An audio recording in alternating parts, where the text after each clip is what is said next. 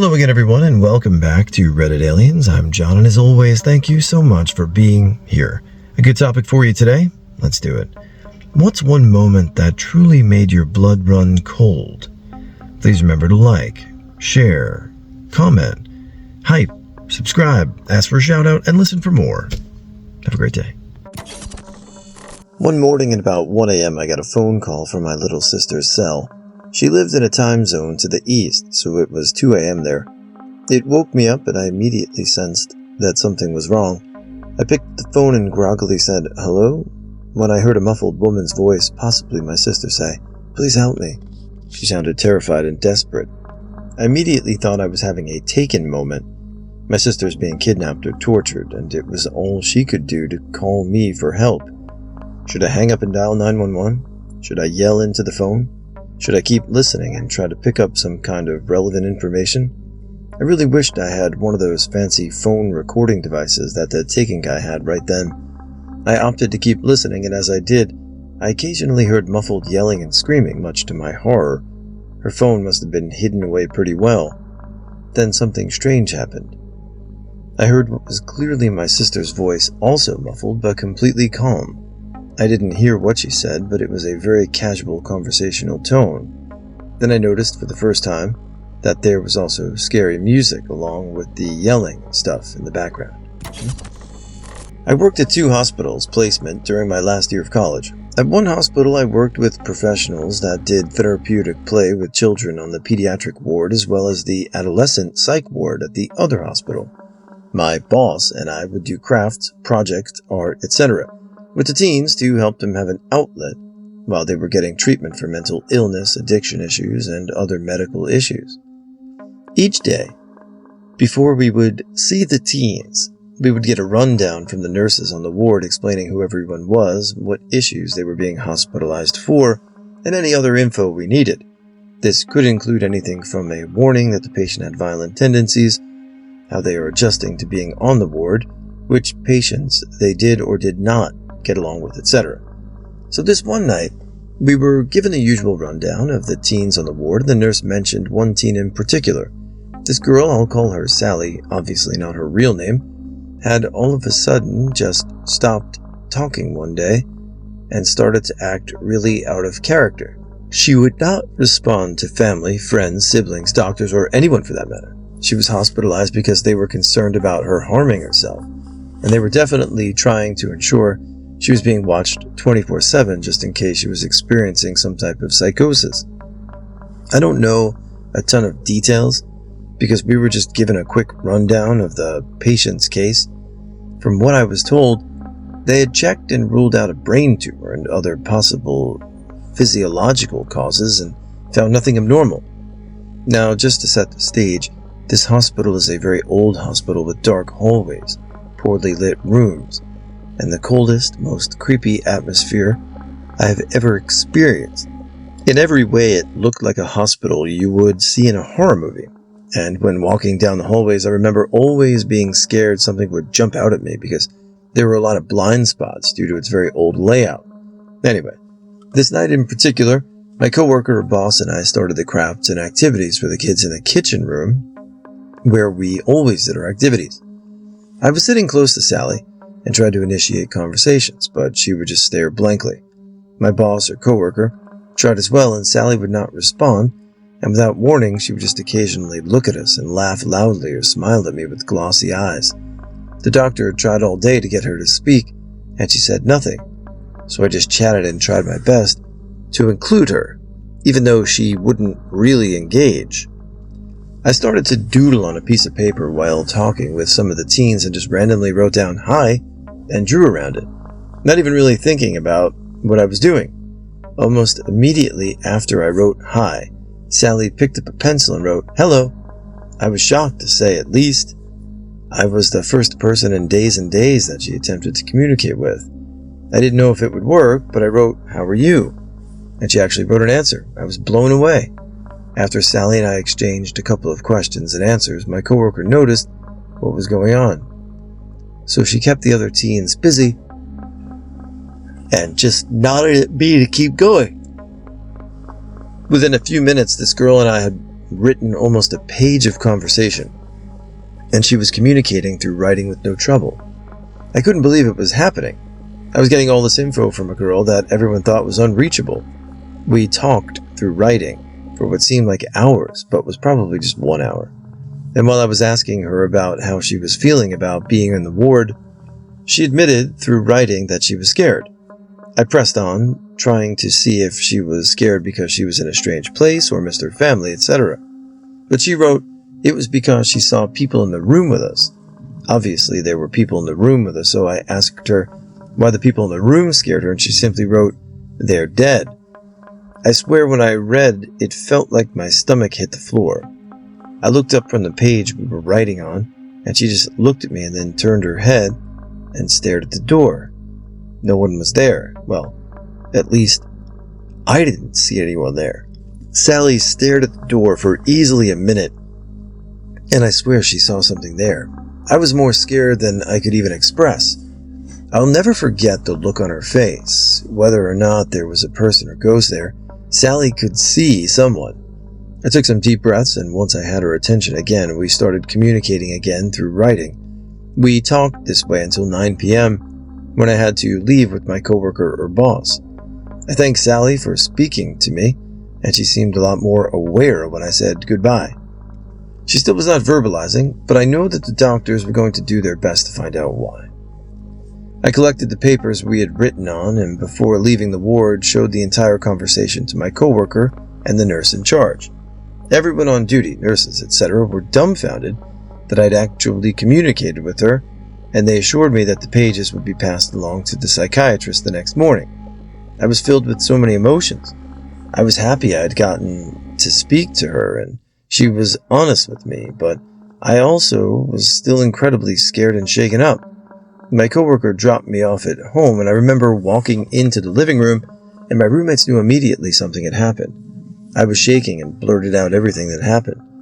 They were supportive, but also freaked out by the situation.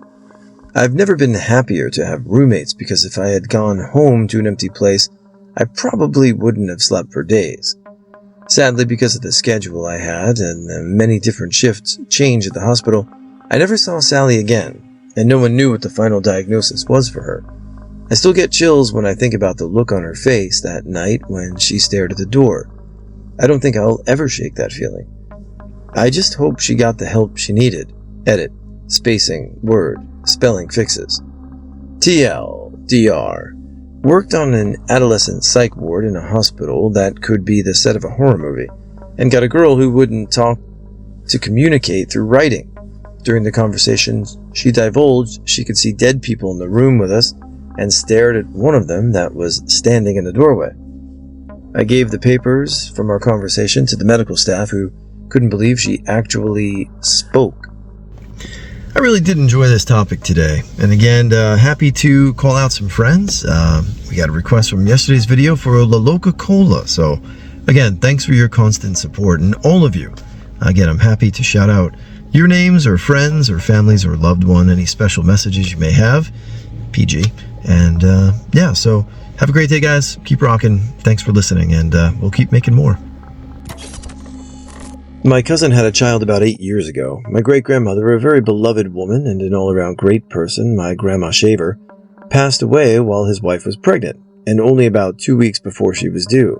This was a big deal for a few reasons. My cousin would have been the first of his generation on my mother's side of the family to have a child, and therefore would have made Grandma Shaver's first great-great-grandchild. 5 generations alive at the same time. It would have been pretty cool, but she passed away from a stroke, and it was very tragic. Fast forward a couple of years, my cousin and his wife are showing their daughter family pictures. He's approximately 3 to 4 years old at the time, asking her, "Who's this?" and seeing if she remembered names of aunts and uncles and grandmas and grandpas, etc. They sort of skip over a pic of Grandma Shaver, and she puts her hand on the pic and says, "That's Grandma Shaver." My cousin said he was a bit uncomfortable, but asked, "Do you remember hearing us talk about her?" And according to him, his daughter looked him right in the eyes and said, "No, but she visits me and talks to me all the time." He said he didn't sleep right for a few weeks. Good thing we're all sure if she is a ghost, she's probably the kindest, gentlest ghost there is. Still, it creeped me out. A few years ago, I was driving back to my house from a friend's at about 2 a.m. I was getting close to my house in a really rural area with cornfields on both sides of the road. All of a sudden, I saw stalks of corn blocking my path going straight across the road from one field to another. Nobody's around, no cars, no houses, just my headlights shining on the upright corn stalks standing across the road. As thick as the fields to either side, I knew I wasn't lost or anything. I drove home this way every day. I stopped the car on the road, just staring at the corn stalks, trying to figure out what to do. After sitting there for a minute, I decided that staring at the corn, waiting for something to happen, was much scarier than doing something. So I hit the gas, hoping the corn would just fall down in front of my small car. It was one of the strangest feelings driving through the corn. I imagine it is what it would feel like to run through platform 9 3/4 for Harry Potter. 1 second I was staring at what seemed to be a solid field of corn, and the next my car was easily knocking the stalks over and I was through. The rows of corn across the road weren't as deep as I had thought, and in no time I was on the other side looking in the rearview mirror at a wall of corn with now gaping hole in it. Went home, went to bed, and was still freaked out. The next morning I went to leave, drove down the same road, and the only sign of the corn were a few stalks laying next to the road. I still have no idea how that happened.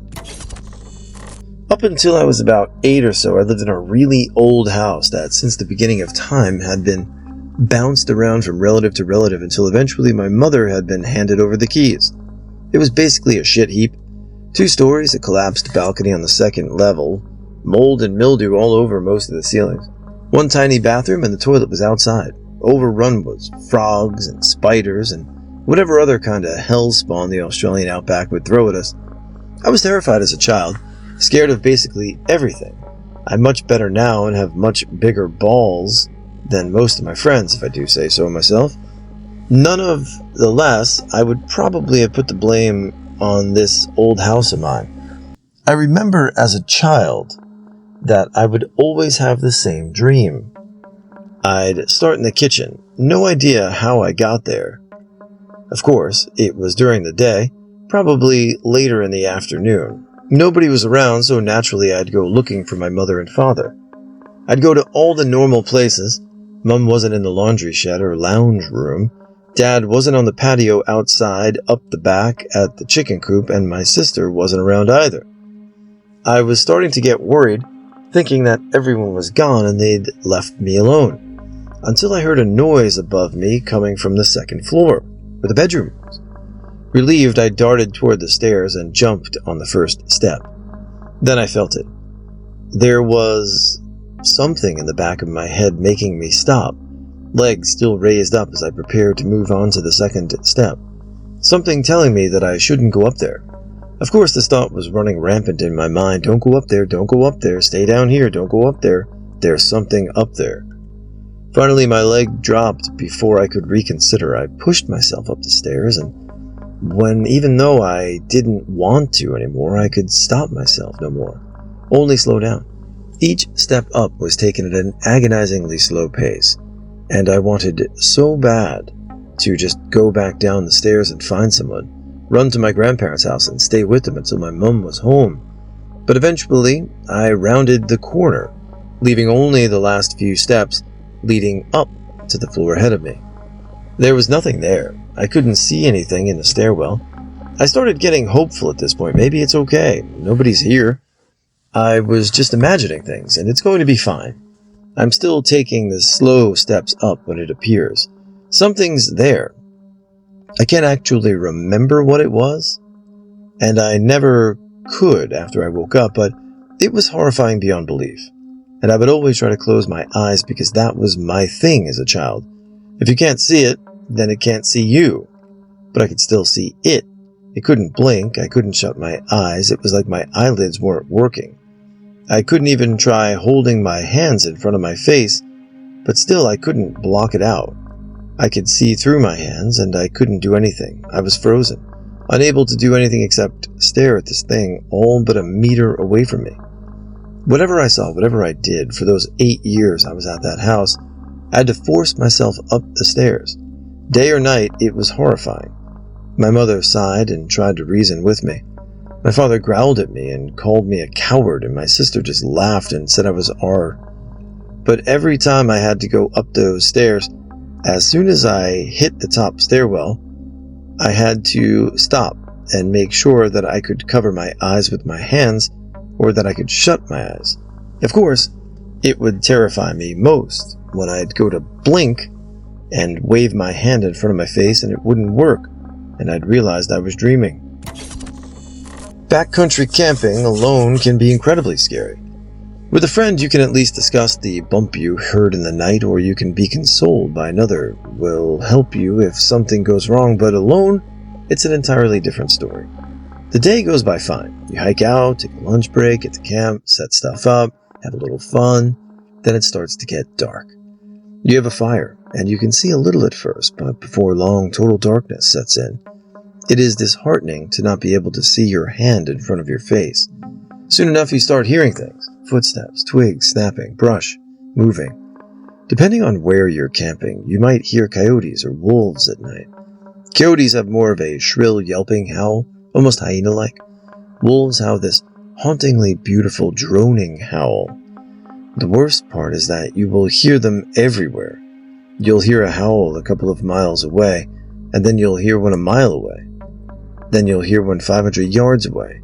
Pretty soon you can be surrounded by this eerie chorus. It doesn't make for the best sleep.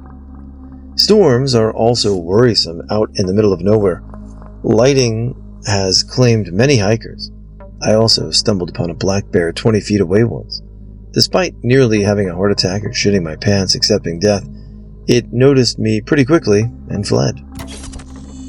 In 2007, I finished college and was offered a posting as an admin in a small town working with local law enforcement.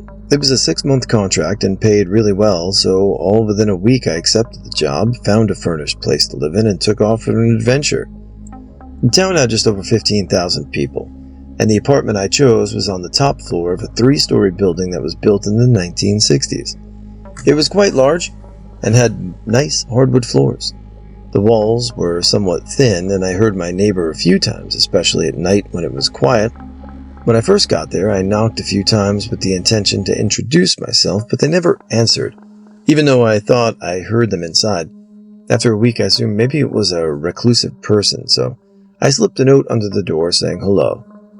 I worked with the same officers all the time on rotating shifts, and 3 weeks into my stay, I was into this afternoon shift, which meant I was getting home at around 2 a.m. As I came down the hallway of the building, I saw a light coming from under my neighbor's door and saw the shadow of feet under the door, and the peephole went dark as if they heard me and were looking to see who was in the hall. I figured if they wanted to say hello, they would have opened the door and simply waved hello and went into my apartment. Over the next couple of weeks, this happened 3 to 4 times again. I was pretty sure I had a reclusive but nosy neighbor. Then one night, after work, I crawled into bed at 3 a.m. and could hear that my neighbor was moving around in the room of theirs that adjoined my bedroom. About 10 minutes later, the noises got louder and it started to get me worried. They had never been this loud, and it almost sounded as if they were being attacked or having a heart attack or knocking things over. I ran out of the apartment and started knocking loudly on their door, but they didn't answer. I called out to them saying I was worried about them, and if they didn't answer, I would call for help. Still no answer. I ran back into my apartment and could hear bangs through the wall, so I called the police station and asked my coworker to send an officer over. I went and knocked on my neighbor's door one more time, but no answer, and then headed down to the lobby to wait for the officer, who showed up within 5 minutes. I had gotten to know him a bit, and we went up and knocked on the door, but still no answer.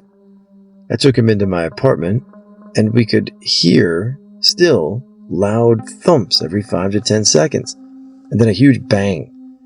The officer asked if he could go get the building manager to open the door. She lived 1 block away, so I said I'd run over and get her. Luckily, she was a night owl and watching TV. I told her that my neighbor was being really loud and wouldn't answer the door, so she grabbed the keys and we headed over. The officer was just waiting for us in the lobby, and she asked which apartment it was, and I told her 304. She looked at me weirdly and said 304 was empty. I said I had heard my neighbor making noise nearly every day and had seen the light on the shadows under the door a few times. The officer said he heard the noises too and asked if 304 was the apartment that was above the carport, and she said yes. He replied that someone could easily climb up onto the carport and perhaps they were squatters in an empty apartment. We went up and the manager unlocked the door and the officer opened it. The apartment was dark and he turned the light on. He went in and the manager and I were peeking in through the doorway. He went into the bedroom and came back out and said it was empty. We went in and the place was spotless.